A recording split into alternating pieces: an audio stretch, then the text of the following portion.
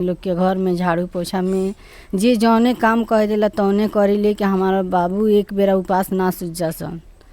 बहुत हम मेहनत करी। पढ़ावत तनी कि ना बउआ लोग के? पढ़ावत रहनी है। एबरा के हालात हमारे ऐसन हो गइल बा कि हम एबरा पढ़ाई ये लोग के छूट। कितना क्लास तक पढ़ करके छोड़ दिए हैं? 3 क्लास तक पढ़े हैं। 3 क्लास तक जी। अब बाकी पैसा के समस्या के लेके छोड़ दिए हैं। तो पापा से नहीं बोलते हैं कि हम पढ़ना चाहते हैं, आप काहे नहीं हमको खर्च दे रहे हैं, पढ़ाते हैं? यही बात थाना पे भी बोले थे लोग न, तो मारे थे। पहले वो कहाँ थे कि अब आरोप लगा रहे हैं कि मेरी बीवी किसी और के साथ भाग गई। आजीवन परवरिश तो कोई करता नहीं होगा ना, कोई ना। हम अपना दम पर तीनों लड़कन के पोसतानी, अपन जान जहान लगा के हम मेहनत करी ले। लोग के खेत में, लोग के घर में झाड़ू पोछा में जे जौने काम कह देला तौने करी ले कि हमारा बाबू एक बेरा उपास ना सूझ जासन। बहुत हम मेहनत करी। पढ़ावत तनी कि ना बउआ लोग के? पढ़ावत रहनी है। एबरा के हालात हमारे ऐसन हो गइल बा कि हम एबरा पढ़ाई ये लोग के छूट गइल बा। तो अब रउआ पति से ना कहनी कि ना कुछो करत रहता, हमरा के हक हिस्सा दो, हम अपना बाल बच्चा के पोसी, खियाई पियाई या पढ़ाई लिखाई? वो सब कुछ से इनकार करता रहे, कहता रहे कि हम ना देम। ना दे हम अगर वो देवे से चाहते तो आज हम लड़कन के लेके स्टेशन एने ओने हम ना भटकती। हमरा कोर्ट कचहरी की जरूरत भी ना लगी। हम बहुत बार राय से भी बोलले बानी कि अगर शादी भी कर लेनी तो हमनी के खर्चा दी, हमनी के रहे के घर दी, हमनी के रही साँचा से। चलिए, ये वाजिब है कि अगर आप शादी कर लिए हैं तो कोई बात नहीं है, हमको खर्च दीजिए ताकि बच्चों का परवरिश कर सके, और एक मकान दीजिए ताकि उसमें रह सके। आज के दौर में किसी और के घर में जा कर के रहना बड़ा ही, आप शब्दों का हम उस प्रयोग नहीं कर सकते हैं, जो कि आप खुद ब खुद सोच सकते हैं कि कोई किसी के घर में कितना दिन रह सकता है।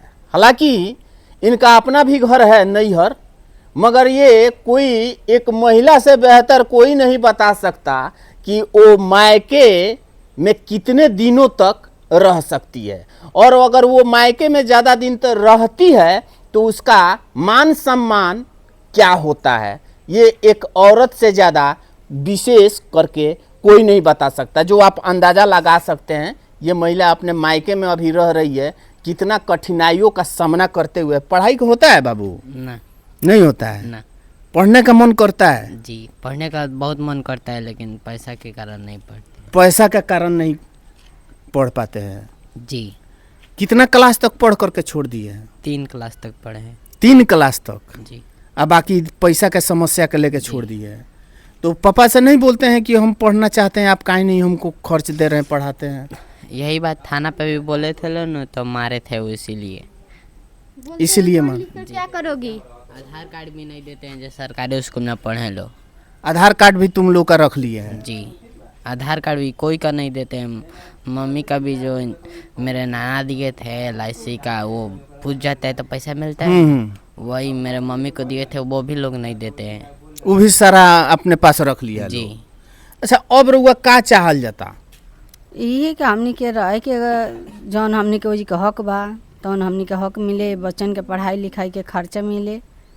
जौन हमनी के प्रशासन से तो पहले ये गुजारिश करें कि जौन उचित कार्रवाई उनका बाबा कानूनी कार्रवाई होखो। रउआ लगन के आसरा मिले ताकि रउआ अपना बच्चा के पाल पोस के पढ़ा लिखा के एगो बढ़िया जगह पर पहुंचा। कानूनी रूप से जौन गुनाहगार बाड़ेन ओकर साजा जरूर मिले कि चीज के बढ़ावा ना हो सके। हाँ। का कहे बबी अपना पापा से, प्रशासन से? पहले तो ये बात करना चाहते हैं कि पहले मम्मी गलत नहीं थी, अब गलत मेरे पिताजी आरोप लगा रहे हैं। तो पहले वो कहाँ थे कि अब आरोप लगा रहे हैं कि मेरी बीवी किसी और के साथ भाग गई। तो पहले क्यों नहीं वो उस पे बात किए? जी। और थाना पे भी आवेदन नहीं दिए कि मेरी बीवी भाग गई है, चाहे मेरी नानी के ऊपर भी खिलाफ नहीं आवाज़ उठाए। अब गलत एथी कर रहे हैं तो आज गलत इल्जाम लगा रहे हैं। जी, अपने बचने के लिए वो गलत इल्जाम लगा रहे हैं। जी। और तुम लोग को कह रहे हैं कि घर से भागो, हम तुम लोग को नहीं जानते हैं। तुम्हारे मम्मी तुम लोग को लेकर दूसरे किसी को लेकर भाग गई, हम जिम्मेवार नहीं है। जी। अब क्या चाहती हो, प्रशासन से क्या कुछ कहना चाहती हो? प्लीज आप लोग हम लोग का न्याय दिए, जो भी उनके कार्रवाई है वो लोग उचित उनको फांसी का सजा दिवा दीजिए, ऐसे बाप किसी को ना दे। भगवान। चलिए, ऐसा बाप किसी का न दे। एक बेटी का दिल, एक बच्चे का दिल रोते हुए, ये पुकारते हुए बोल रहा है, जो स्पष्ट भी है। और कहीं ना कहीं वो पत्नी और वो बच्चे इसी शब्द का ही इस्तेमाल करेंगे जब वो दर दर की ठोकरें खाएंगे और जब भूख की तड़प उनको सताएगी और अन्य बच्चों को खेलते हुए देखेंगे, पढ़ते जाते हुए देखेंगे, तो इसको अपने बचपन की याद आएगी। और जब वो आज़ादी नहीं मिल पाएगा इन बच्चों को, तो शायद उस बच्चे के मुंह से ऐसा ही शब्द अपने पिता के लिए निकलेगा। और वो पिता जो अपनी हर एक मेहनत मजदूरी कर करके, घाम बर्दाश्त कर करके, बारिश को सहन करते हुए जो रुपया अर्जित करते हैं, अपने बच्चे के भविष्य को संवारने के लिए करते हैं। एक पिता कई दिनों तक भूखे रह करके अपने बच्चे का लालन पालन हेतु वो पैसा कमा करके लाता है ताकि मेरे बच्चे का बेहतर भविष्य संवर सके, बेहतर भविष्य बन सके। मगर वो पिता कैसा है जो बच्चे को जन्म देता है और सड़कों पे बिलखते हुए छोड़ देता है, और ना ही इनकी खोज खबर लेता है, खाया है या नहीं खाया है, पढ़ रहा है या नहीं पढ़ रहा है। मगर इन लोगों के जब आवेदन करने के बाद भी, विनती करने के बाद भी इन लोगों के बातों पे ध्यान नहीं देता। इनकी माँ जाती है कोर्ट में, कानून का दरवाज़ा खटखटाती है ताकि हमको न्याय मिल सके। मगर देखना बड़ा दिलचस्प होगा कि स्थानीय प्रशासन कब तक इस पे कार्रवाई करती है, और ठोस कार्रवाई करते हुए इन लोगों को न्याय दिलाने का काम किया जाए ताकि इन बच्चों का परवरिश हो सके। और ये महिला जो आप देख रहे हैं, इनका अंतिम दिनों तक बेहतर दिनचर्या गुजर सके और इनका समय बेहतर हो सके, इसके लिए कानून कोई ठोस कार्रवाई करते हुए इनका हक इनको दिलाने का कार्य करे ताकि इन बच्चों का, इनका एक बेहतर भविष्य बन सके। हालांकि पति पत्नी का रिश्ता बड़ा ही कायम होता है और पति पत्नी का रिश्ता बड़ा विश्वास का रिश्ता होता है।